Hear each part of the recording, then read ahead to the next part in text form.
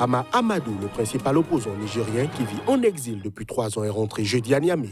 Après le décès fin octobre de sa mère, il est aussi candidat déclaré à la prochaine présidentielle.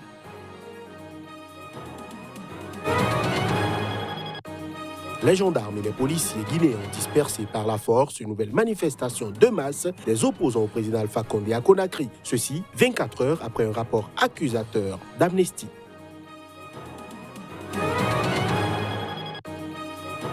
Les députés algériens ont adopté jeudi, selon la télévision nationale, un projet de loi controversé. Ce dernier vise à assouplir et simplifier le régime juridique et fiscal du secteur des hydrocarbures.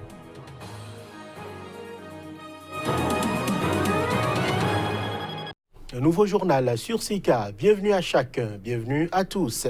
Hama Amadou, principal opposant nigérien qui vit en exil depuis 3 ans et est candidat à la prochaine présidentielle, est rentré jeudi à Niamey après le décès fin octobre de sa mère. Plus de précisions à travers cet élément.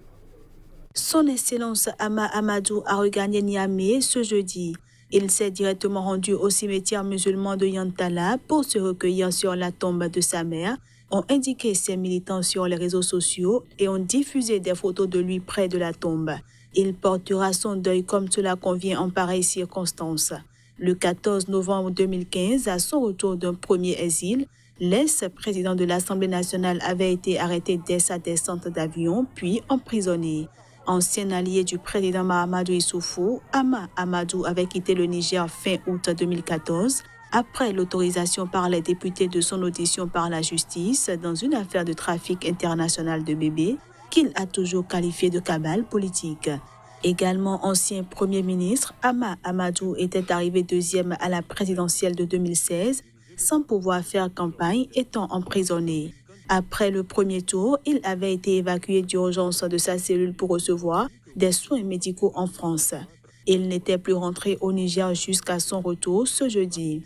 Hama Amadou a été désigné en août candidat à la présidentielle de décembre 2020 par son parti, le Mouvement démocratique nigérien moderne, principal mouvement d'opposition. Mais il risque de se voir écarté du scrutin pour avoir été condamné à 1 an de prison dans l'affaire de trafic de bébés. En 2018, il avait été déchu de son poste de député et remplacé par son suppléant. Fin octobre, pouvoir et opposition au Niger ont annoncé vouloir entamer un dialogue en vue d'apaiser le climat politique tendu à 1 an de la présidentielle. Les gendarmes et les policiers guinéens ont dispersé par la force une nouvelle manifestation de masse des opposants au président Alpha Condé à Conakry. Ceci 24 heures après un rapport accusateur sur les agissements répressifs. 1 mois après le début d'une contestation qui a déjà fait une quinzaine de morts, des heurts ont à nouveau éclaté ce jeudi quand les manifestants ont tenté de dévier de l'itinéraire fixé par les autorités. Déployés en nombre le long du parcours, les forces de sécurité les ont repoussés à l'aide de moyens anti-émeutes et ont fait usage de gaz lacrymogène provoquant la débandade du cortège. Les accrochages se sont ensuite étendus à plusieurs quartiers périphériques qui résonnaient de détonations, apparemment des tirs de lacrymogène. Alpha Souleymane Diallo, un jeune homme de 19 ans, a été tué par balle lors de ces heurts. Un médecin de l'hôpital de l'amitié sino-guinéenne a confirmé qu'une personne y avait succombé à ses blessures par balle. Jour au jour, on pense que les autorités vont comprendre le message et ils vont se ranger du côté des populations. Ils sont de plus en plus déterminés aujourd'hui à barrer la route contre l'imposture qui est en train de s'installer dans notre pays. Et pour cette imposture, nous allons résister jusqu'à la dernière goutte de nos sangs. Le mouvement, ça devient de plus en plus fort et on est là pour ça. Et tout le monde est motivé pour sortir, pour dire non à Alpha Condé, pour dire non au gouvernement, pour la constitution guinéenne. C'est ça. Les incidents de ce jeudi sont survenus au lendemain de la publication de rapports d'Amnesty International indiquant que tous les voyants sont au rouge pour les droits humains à l'approche de la présidentielle. Le document dénonce l'usage excessif de la force, les interdictions de manifestations pacifiques, les arrestations massives et arbitraires, les cas de torture et l'impunité des forces de sécurité ces dernières années. À 81 ans, le président Alpha Condé, ancien opposant historique qui fut le premier président démocratiquement élu après des décennies de régime autoritaire et militaire, entretient le flou sur ses intentions mais a lancé en septembre dernier des consultations sur la Constitution. Au Bénin, le Parlement a adopté à l'unanimité un nouveau code électoral. Le document apporte plusieurs modifications, dont le parrainage des candidats à l'élection présidentielle de 2021. Mais cette nouvelle loi ne répond pas aux principales revendications de l'opposition qui avait été exclue des dernières législatives. Le Bénin dispose désormais d'un nouveau code électoral. Un texte adopté ce jeudi à l'unanimité des 83 députés au Parlement. Les nouvelles réformes introduites concernent l'organisation à l'avenir d'élections générales regroupant tous les scrutins, l'institution de mesures de discrimination positive au profit d'une meilleure représentativité des femmes au Parlement, la création d'un poste de vice-président, la mise en place de nouvelles listes électorales et la réforme de la commission électorale à partir de 2021. Autre innovation, le code électoral réduit à 50 millions de francs CFA la caution à payer par les candidats à l'élection présidentielle alors qu'elle était de 250 millions auparavant. Le nouveau code prévoit aussi que pour la validation de leur candidature, les futurs prétendants au poste de président et vice-président de la République doivent être parrainés par 10% de l'ensemble des députés et ou des maires. Le nombre de députés est porté de 83 à 109 sièges, dont 24 exclusivement réservés aux femmes. Toutefois, les conditions introduites en amont des élections législatives d'avril, notamment sur la délivrance des récépissés de reconnaissance des partis politiques, point d'achoppement qui avait exclu les partis d'opposition du dernier scrutin, restent inchangés. L'opposition béninoise n'a pas encore réagi publiquement au vote de la nouvelle loi, mais un militant du parti USL de l'opposant en exil, Sébastien Adiavon, a estimé que le nouveau code n'est en rien une avancée. Les dirigeants du Nigeria, du Niger et du Bénin se sont réunis ce jeudi. Cette rencontre vise à tenter de résoudre les problèmes de contrebande, de prolifération des armes légères, de trafic de drogue et d'autres activités illégales le long de leurs frontières. Plusieurs ministres du Bénin et du Niger se sont entretenus ce jeudi avec leurs homologues nigérians. C'est au sujet de la fermeture partielle des frontières qui a paralysé les échanges économiques entre les trois pays.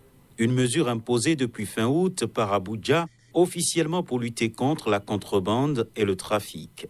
Une mesure que le Nigeria dit vouloir prolonger jusqu'à fin janvier. Après 2 mois et demi de fermeture partielle, cette rencontre de haut niveau est la première du genre dans ce dossier préoccupant pour la sous-région.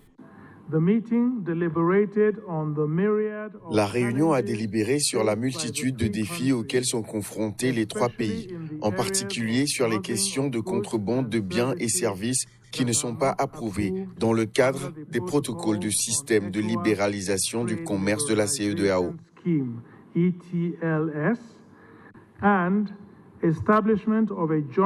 Création d'une équipe conjointe de patrouille composée des services de police, des douanes, de l'immigration, de la marine et de la sécurité de l'État des trois pays.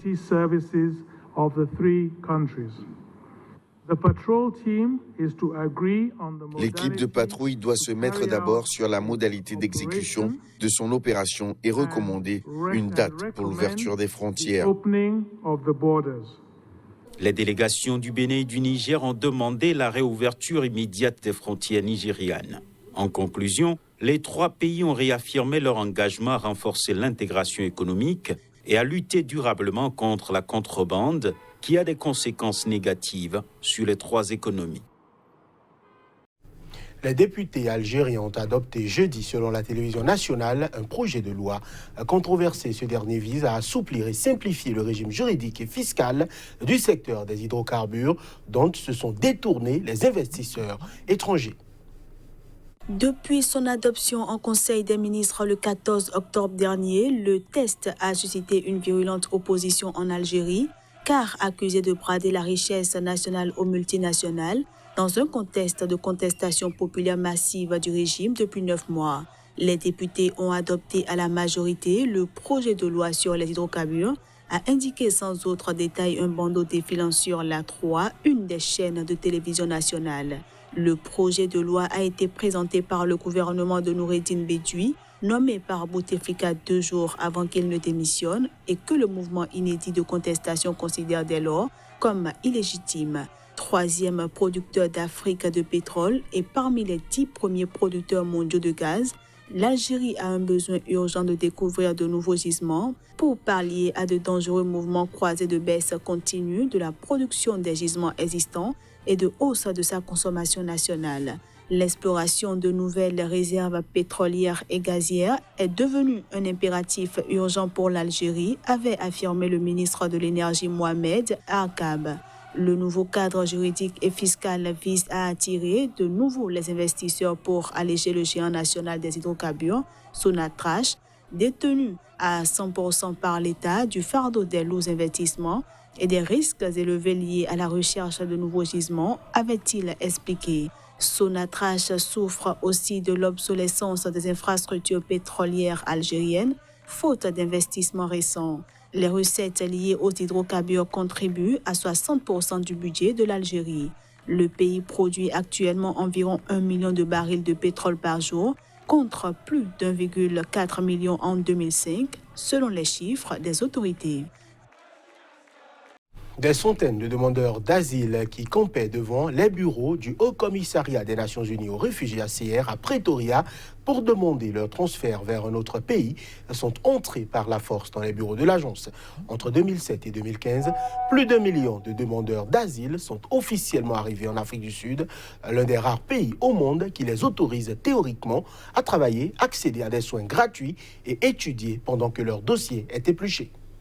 Depuis le 8 octobre dernier, des étrangers occupent les trottoirs devant les bureaux du Haut Commissariat des Nations Unies aux réfugiés à Pretoria pour demander l'aide à l'agence afin de quitter l'Afrique du Sud. Ils disent ne plus se sentir en sécurité après une nouvelle vague de violences xénophobes qui a fait au moins 12 morts en septembre. Mercredi, la justice saisie par des riverains qui se plaignaient de nuisances leur a ordonné de quitter les lieux dans les 72 heures. Mais fatigués d'attendre, les demandeurs d'asile sont entrés par la force ce jeudi dans les bureaux de l'agence onusienne. Les manifestants disent qu'ils veulent une protection et demandent au HCR de les installer dans un pays plus sûr, a expliqué l'agence onusienne dans un communiqué, précisant avoir évacué sans incident son personnel du bâtiment. Nous sommes venus ici pour demander la protection du HCR, a témoigné une demandeuse d'asile originaire de la République démocratique du Congo. Nous n'avons pas le choix parce que nous sommes la cible d'attaques xénophobes, a-t-elle ajouté. Si la police essaie de nous évacuer, elle doit le faire dans des cercueils. Je préférerais mourir ici où le monde peut voir que le HCR et le gouvernement sud-africain sont réticents à nous aider, a-t-elle encore dit, estimant que les demandeurs d'asile étaient traités comme des animaux. Fin octobre au Cap, des centaines de demandeurs d'asile avaient été évacués manu militari d'un immeuble abritant les bureaux du HCR dans la ville. Lors de cette opération, une centaine d'étrangers avaient été interpellés avant d'être remis en liberté. Et voilà qui met un terme à cette édition. Merci de l'avoir suivi.